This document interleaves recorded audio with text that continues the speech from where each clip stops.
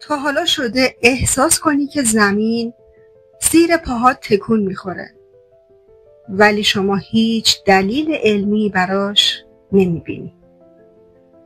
این حس، این لرزش نرم اما عمیق همین الان 6 شهریور 1404 دقیقاً همون انرژی رو با خودش به همراه داره. ماه نو سیاه چند روز پیش ظاهر شد. یه پدیده نادر. 2 ماه نو در 1 ماه. قدرتمندتر از همیشه. درست مثل یه تنظیم مجدد دوگانه. حس تجدید رو تقویت کرد و تغییرات رو در زندگی درونی و بیرونی ما به صورت بزرگنمایی آشکار کرد.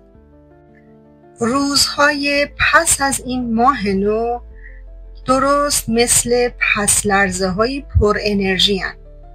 تغییرات ظریف در روزمره، احساسات و فرصت ها همگی آرام آرام آشکار میشن. ممکنه ناگهانی کششی به سمت تعامل آروم احساس کنی یا تمایل به بازسازی بخشایی از زندگیت که قبل‌ترها گیر کرده بکنی. بعضی از افراد این انرژی رو در شهود عمیق تجربه میکنن، در احساسات درونی که ناگهان معنا پیدا میکنن یا شاید هم در رویاهایی که راهنمایی پنهانه براشون ارائه میشه. شب ماه نو لحظه کاشت بود و الان در روزهای آغازین شهریور خاک هنوز غنی و پذیرای بذرهای شماست.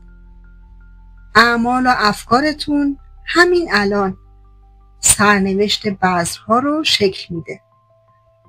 روزهای آغازین شهریور پایانها و آغازها رو به هم میریزه.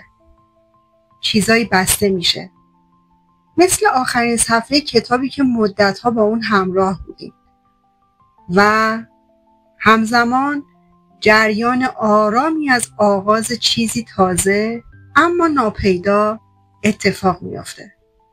یه فرصت یا شاید هم یه تجربه جدید خودش رو به آرومی نشون میده. زندگی معمولاً به ما استراحت کامل نمیده. یه رابطه ممکنه پیش از این که فرد مناسب ظاهر بشه کمرنگ بشه. یه شغل قبل از این که فرصت غیر منتظره‌ای برای ما ایجاد کنه غیر قابل تحمل بشه. این روزا بازتاب همون حقایقن. امکان داره متوجه بشی که در حال بازاندیشی عادتها، طرز فکرها و افرادی هستی که دیگه با مسیرت همسو نیستن. اما همزمان نشونه‌هایی از چیزای جدید آروم آروم پیدا میشه. حتی اگه هنوز منطقی به نظر نرسن. برای افراد برگزیده این دوره مثل آزمایشی برای روحه. آیا حاضرید اونچه که دیگه به دردتون نمیخوره رو رها کنید؟ حتی اگه براتون آشنا راحت باشه. پاداش این رها کردن فضایی برای استقبال از اونچه که واقعاً برای شما در نظر گرفته شده. یکی از جذابترین ویژگی‌های ماه نو سیاه آشکارسازی حقایق پنهانه. میدونید مثل تابوندن چراغ قوه به گوشه‌های تاریک زندگیه.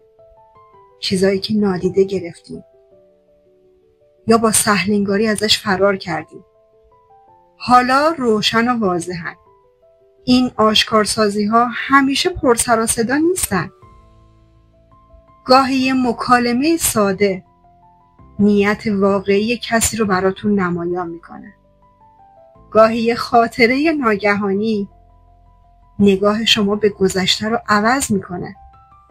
گاهی هم یه وضوح ناراحت کننده از الگوهای خودتونه که دیگه نمیتونین انکارش کنید. در این مدت بسیاری از افراد رویاهای واضح، دژاوو یا لحظاتی از وضوح رو تجربه کردند. علت ویدیوی قبلی من در مورد دژاوو برای همین بود. اینها تصادفی نیستن. پیامایی هستن که شما رو به مسیر واقعیتون نزدیکتر میکنه. با پذیرش این آشکارسازی ها شما به اصالت بیشتری دست پیدا میکنید و برای چرخه جدید زندگیتون آماده میشین. لحظاتی مشابه این دریچه‌ای نادر برای نیت‌های شما باز میکنه.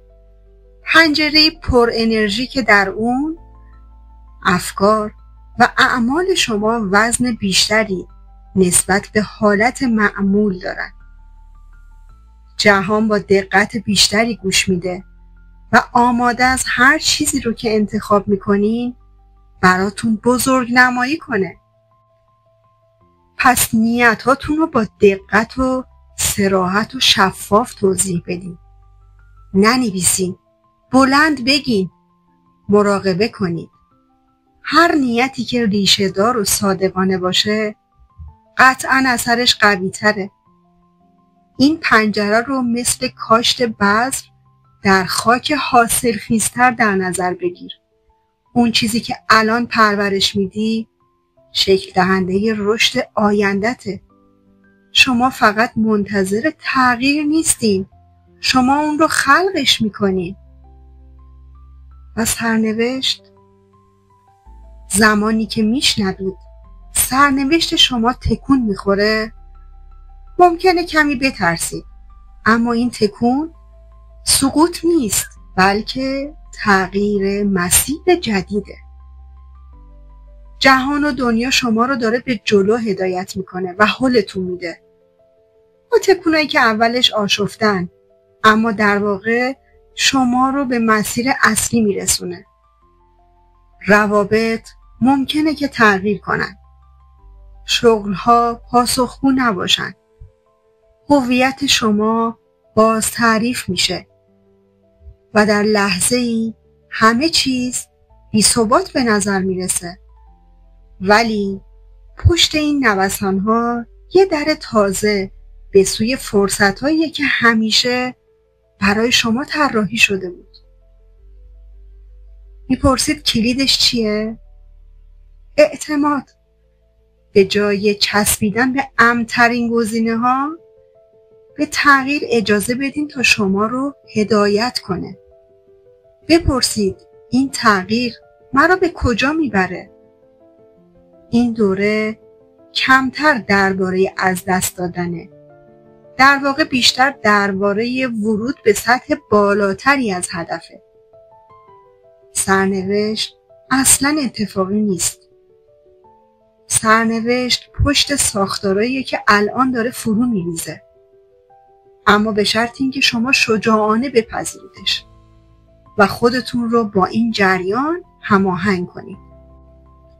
وارد زمینی واقعی‌تر، قوی‌تر و همسو با رسالت روحتون بشید. ماه نو شما رو به جلو هدایت میکنه. فقط کافیه اعتماد کنید. لطفاً همین الان با خودت تکرار کن. من با سرنوشتم همسو هستم. من با جهان هستی همسو هستم. لطفاً این جمله رو در کامنت ها بنویسید و با هم با جمع برگزیدگان رشد کنیم. چون این مسیر تنها آغاز سفره. اگر این ویدیو برای شما طنین انداز بود، برای کسانی که فکر میکنید براشون خوشاینده به اشتراک بذارید. لطفاً کانال نجوای کتاب رو سابسکرایب کنید تا ویدیوهای بعدی ما رو درباره این محتوای ماه نو از دست ندید. تا ویدیوی بعدی شما رو به خدای بزرگ میسپارم. در نور و آگاهی بمونید. خدا نگهدار.